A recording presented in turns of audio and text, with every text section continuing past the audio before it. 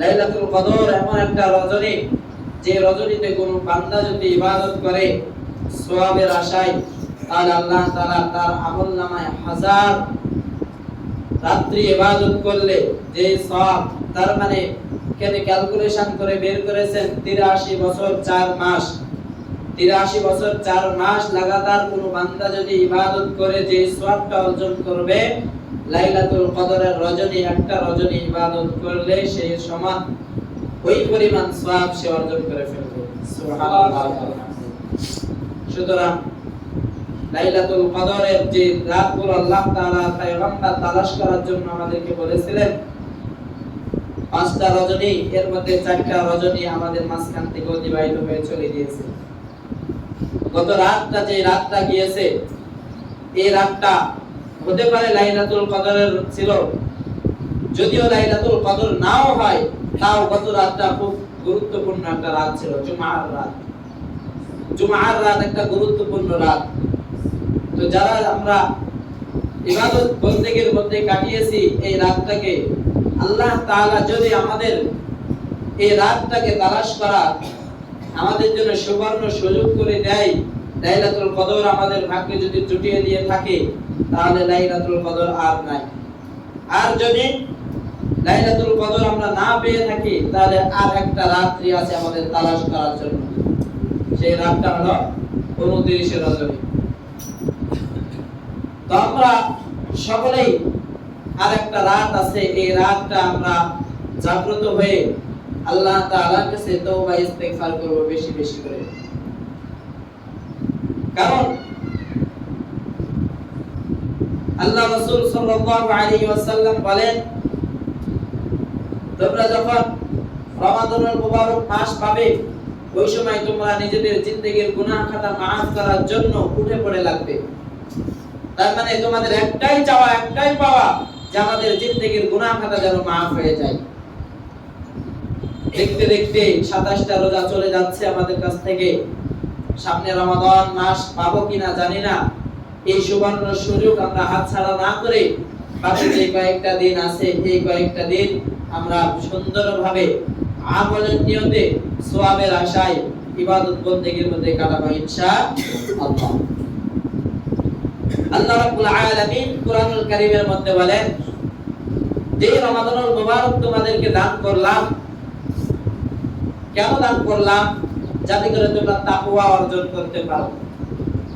এই যে আমরা রমাদানুল মুবারক মাসের প্রথম রোজা থেকে, প্রথম সিয়াম থেকে আজকে 27তম সিয়াম, এই 27তম সিয়াম পর্যন্ত 27টা দিনে আমরা কি তাকওয়া অর্জন করতে পারলাম? নিজের বিবেকের কাছে চিন্তা করেন, নিজের কাছে প্রশ্নটা ছড়িয়ে দেন যে আসলে আমি কি তাকওয়া অর্জন করতে পারলাম? তাকওয়া শব্দের অর্থ হচ্ছে ভয়, আল্লাহ তাআলাকে ভয় করা। আমরা যতক্ষণ পর্যন্ত রোজা থাকতেছি, সিয়াম থাকতেছি, ওই সময় পর্যন্ত আমরা আল্লাহ তাআলাকে ভয় করতেছি, দিনের বেলা খাবার খাইতেছি না, কারোর সাথে ঝগড়া বিবাদে আমরা লাগতেছি না। কিন্তু যখনই যেই সময় আমরা ইফতার করে ফেলতেছি, ইফতার করার পরেই আমাদের তাকওয়াটা কোথায় গেল? ইফতার করে ফেললেন, তার মানে কি ওই সিয়াম পর্যন্ত যতক্ষণ রোজা থাকবে ততক্ষণ পর্যন্ত আপনাকে তাকওয়া অর্জন করার জন্য আল্লাহ তাআলা বলেছেন, নাকি সারা মাসে আপনাকে একটা ট্রেনিং নিয়ে বাকি 11টি মাস পর্যন্ত এই ট্রেনিং এর বাস্তবায়ন করার জন্য বলেছেন?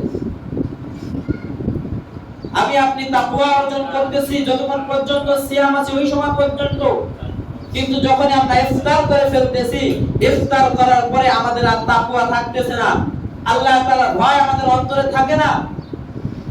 এর কারণ হলো শয়তানের গোলামি আমরা করতেছি। শয়তান এমন ভাবে আমাদেরকে গ্রাস করে ফেলেছে, শয়তানের ধোঁকা থেকে আমরা বের হতে পারতেছি না।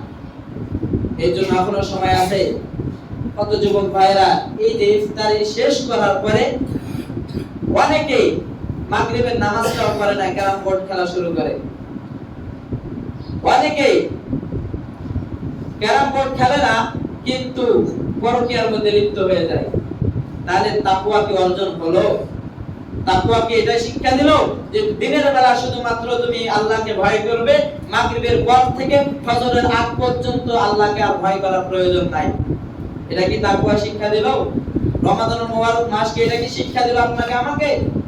যদি এই শিক্ষা দিয়ে থাকে যে দিনের বেলা শুধু আল্লাহকে ভয় করো আর রাতের বেলা আল্লাহ তাআলাকে ভয় করার প্রয়োজন নাই, আল্লাহ তাআলা দেখেন না, এরকম যদি তাকওয়া আমাদের হয়ে থাকে তাহলে কিয়ামত পর্যন্ত এই তাকওয়া দিয়ে আমরা সফল হতে পারবো? এই তাকওয়া অর্জন করতে আল্লাহ তাআলা বলেন নাই। সুতরাং এখনো সময় আছে।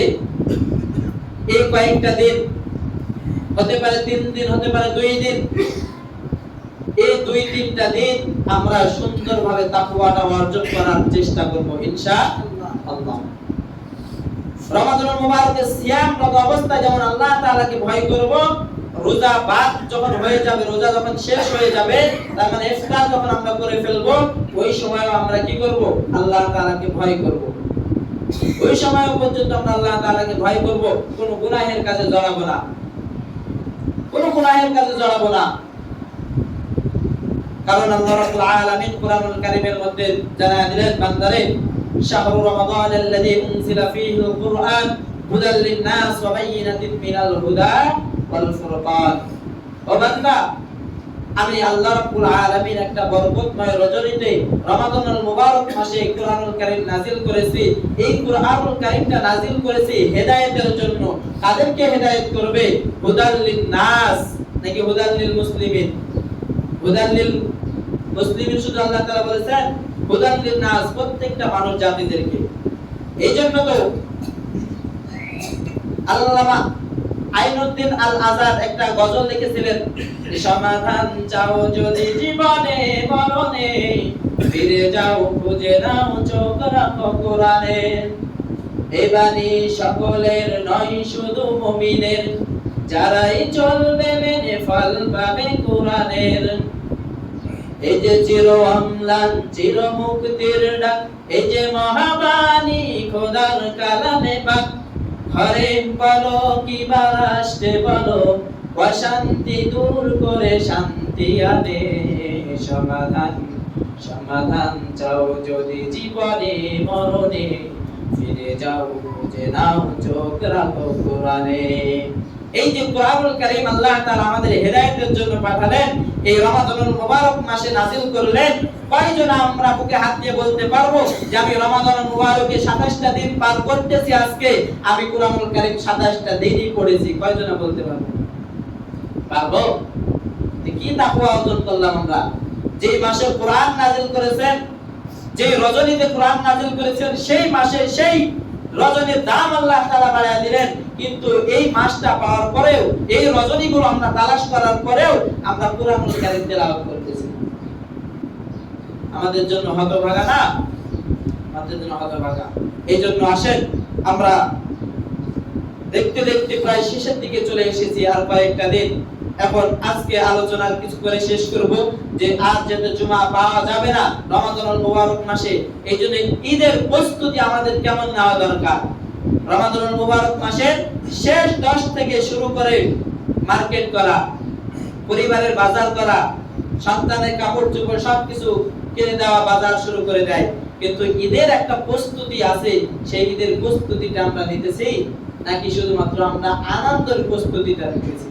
আনন্দ তো তাদের যারা এই দীর্ঘ একটা মাস সিয়াম পালন করবে, আল্লাহ তাআলার তাকওয়া অর্জন করবে, তাদের জন্য আনন্দ, তাদের জন্য খুশি, কারণ তাদেরকে আল্লাহ তাআলা সেই দিন পুরস্কার দান করবেন। সুবহানাল্লাহ। এইজন্য আসেন, রমাদানুল মুবারক মাস শেষ হয়ে যাচ্ছে, আমাদের ঈদের জন্য প্রস্তুতি কি কি নেওয়া দরকার এবং ঈদের দিন আমাদের কি কি করণীয় করা দরকার, কি কি আমল করা দরকার। এর মধ্যে 1 নাম্বার, রমাদানুল মুবারক মাসে যখন শেষ হয়ে যাবে, শাওয়াল মাসের চাঁদ দেখার জন্য আমাদেরকে চাঁদ তালাশ করতে হবে। ঈদের চাঁদ তালাশ করতে হবে। কোথায় তালাশ করব? ফেসবুকে আমরা তালাশ করব আসমানে পশ্চিম দিকে, পশ্চিম আসমানে আমরা কি করব? চাঁদ তালাশ করব। চাঁদ তালাশ করার পরে আমরা যদি চাঁদ দেখতে পেয়ে যাই তা আলহামদুলিল্লাহ, তখন আমাদের জন্য খুশি। তবে এই খুশিতে আত্মহারা না হয়ে এমন আত্মহারা যেন আমরা না হই যে ওই সময় যুবকেরা ছেলেরা সুন্দর করে বক্স নিয়ে এসে গান বাজনা বাদ্যযন্ত্র শুরু করে দেয়। পারে কি করে না? করে দেয়। তাহলে আপনি যে এই কয়েকটা দিন সিয়াম পালন করলেন, আপনার সিয়ামটাই তো মাটি হয়ে গেল। এরপরে আসেন আমরা চাঁদ দেখবো, দেখার পরে আমাদের করণীয় কি? আমাদেরকে দোয়া করতে হবে। রাসূলুল্লাহ সাল্লাল্লাহু আলাইহি ওয়াসাল্লাম হাদিসের মধ্যে শিখিয়ে দিলেন, রাসূলের উম্মতদেরকে রাসূল জানিয়ে দিলেন, হে আমার উম্মতেরা, যখন তোমরা চাঁদ দেখবা তখন একটা দোয়া পড়বা, আল্লাহুম্মা আহিল্লাহু আলাইনা বিল আমনি ওয়াল ঈমান ওয়াস সালামাতি ওয়াল ইসলাম রাব্বি ওয়া রাব্বুকাল্লাহ। এই দোয়াটা তোমরা করবা। চাঁদ যখন দেখবা আনন্দ হয়ে তোমরা এই দোয়াটা পড়বা। এরপরে যখন আমরা এই দোয়াটা পড়বো তখন থেকে আমাদের জন্য আরেকটা দোয়া আমাদের জন্য হয়ে যায়। কিন্তু আমরা সমাজের মধ্যে এই দোয়াটা ওই সময় না করে আমরা ঈদের দিন ফজরের সময় থেকে করা শুরু করি। কি দোয়া? তাকবীর। তাকবীর তাকবীর জানেন আমরা? আল্লাহু আকবার লা ইলাহা ইল্লাল্লাহু আল্লাহু আকবার ওয়ালিল্লাহিল হামদ। এটা আমরা ফজরের পর থেকে বলা শুরু করি। ঈদের দিন তো তখন থেকে খুশির দিন শুরু হয়ে গেল। আর আপনার খুশির মুহূর্তে যদি আপনি আল্লাহ তাআলাকে স্মরণ না করেন, খালি কষ্টের সময় স্মরণ করবেন, আল্লাহ তাআলা কি আপনাকে মেনে নেবে? এই জন্য যখন চাঁদ আমরা দেখব, চাঁদ দেখার পরে আমাদের জন্য করণীয় হচ্ছে আমরা দোয়া পড়ব। দোয়া পড়ার পরে আমরা তাকবীর পড়ব। ঈদের যে তাকবীরটা পড়তে হয় সেই তাকবীরটা সন্ধ্যা থেকে আমরা পড়া শুরু করব ইনশাআল্লাহ। এরপরে আমরা যখন তাকবীর পড়ব, তাকবীর পড়ার পরে ওই রাতটা আমরা কাটাবো ইবাদতের মাধ্যমে, তাকবীর এবং বিভিন্ন ইবাদতের মাধ্যমে কাটাবো। এরপরে সকাল যখন হয়ে যাবে তখন আমরা গোসল করব। গোসল করে ঈদগাহে যাওয়ার পূর্বে আমরা আমাদের ফিতরাগুলো বন্টন করে দেব।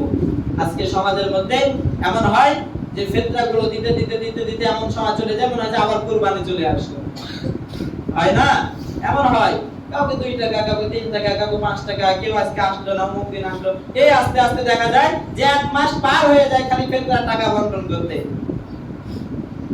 তো এমন আমরা করব না। আমরা যত সম্ভব ঈদের আগেই আমরা ফিতরাগুলো দিয়ে শেষ করে দেব। এরপরে ফিতরা দেওয়ার পরে আমাদের জন্য করণীয় হচ্ছে আমরা ঈদগাহে যাব। ঈদগাহে যখন আমরা যাব ওই সময় পূর্বে, ঈদগাহে যাওয়ার পূর্বে আমাদের জন্য করণীয় হলো আমরা কিছু খাবার খেয়ে যাব। পারলে খেজুর খেয়ে যাব। বিজোড় খেজুর হয় 5টা, 7টা, 9টা এরকম বা বিজোড় খেজুর খেয়ে যাব। যদি এটাও যদি না পারি তাহলে আমরা মিষ্টি জাতীয় কোনো খাবার খেয়ে আমরা যাব ঈদগাহে। কোন দিন? ঈদুল ফিতরের। আর ঈদুল আজহার দিনে ঈদগাহ থেকে এসে খাওয়াটা সুন্নাত, আর ঈদুল ফিতরের দিনে খাবার খেয়ে ঈদগাহে যাওয়া সুন্নাত। এইজন্য আমরা কিছু খাবার খেয়ে তারপর যাব। এরপরে আমাদের জন্য যে আমল সেটা হলো পায়ে হেঁটে আমরা ঈদগাহে যাব। পায়ে হেঁটে আমরা ঈদগাহে যাব। এই পায়ে হেঁটে ঈদগাহে যাওয়ার পরে আমরা যখন আবার আসব, যে রাস্তা দিয়ে গেলাম ওই রাস্তা দিয়ে আমরা আসবো না, অন্য রাস্তা দিয়ে আসবো যদি পারা যায়। যদি পারা যায় অন্য রাস্তা দিয়ে আসবো। এই আমলগুলো করা যাবে না ইনশাআল্লাহ। এগুলো করতে তো কারো কাছে যেতে হবে না। আমরা যখনই চাঁদ দেখবো, রমাদানুল মুবারক মাস 29টা হতে পারে, 30টা হতে পারে, 29টা যদি হয় তারপরও আমরা চাঁদ তালাশ করব, 30টা যদি হয় তাও আমরা চাঁদ তালাশ করব। চাঁদ তালাশ করার পরে আমরা দোয়া পড়ব, আল্লাহুম্মা আহিল্লাহু আলাইনা বিল আমনি ওয়াল ঈমান ওয়াস সালামাতি ওয়াল ইসলাম রাব্বি ওয়া রাব্বুকাল্লাহ। এই দোয়াটা পড়ব। পড়ার পরে আমরা তাকবীর শুরু করে দেব ওই সময় থেকে। আল্লাহ রাব্বুল আলামিন আমাদের সবাইকে যেন এই আমলগুলো করে আমাদের ঈদের দিনটাকে খুশির মধ্যে কাটানোর সুযোগ তৌফিক দান করুন। আল্লাহুম্মা আমিন। আরেকটা কথা বলি যে এই ঈদের দিনে সফরে যাওয়া এগুলো বন্ধ করে দেন। সফরে যান, আল্লাহ এবং তার রাসূল বলেছেন সফর করো, কারণ সফর করলে ঈমান বৃদ্ধি পায়। কিন্তু এমন সফর করা যাবে না যে সফর করতে গিয়ে গজব শুরু হয়ে যায়। এই যে ঈদের দিন যেতে যেতে গান বাজনা শুরু হয়ে যায়, নাচানাচি শুরু হয়ে যায়, এতে কি উপকার হয়? উপকার হয় না, ক্ষতি হয়।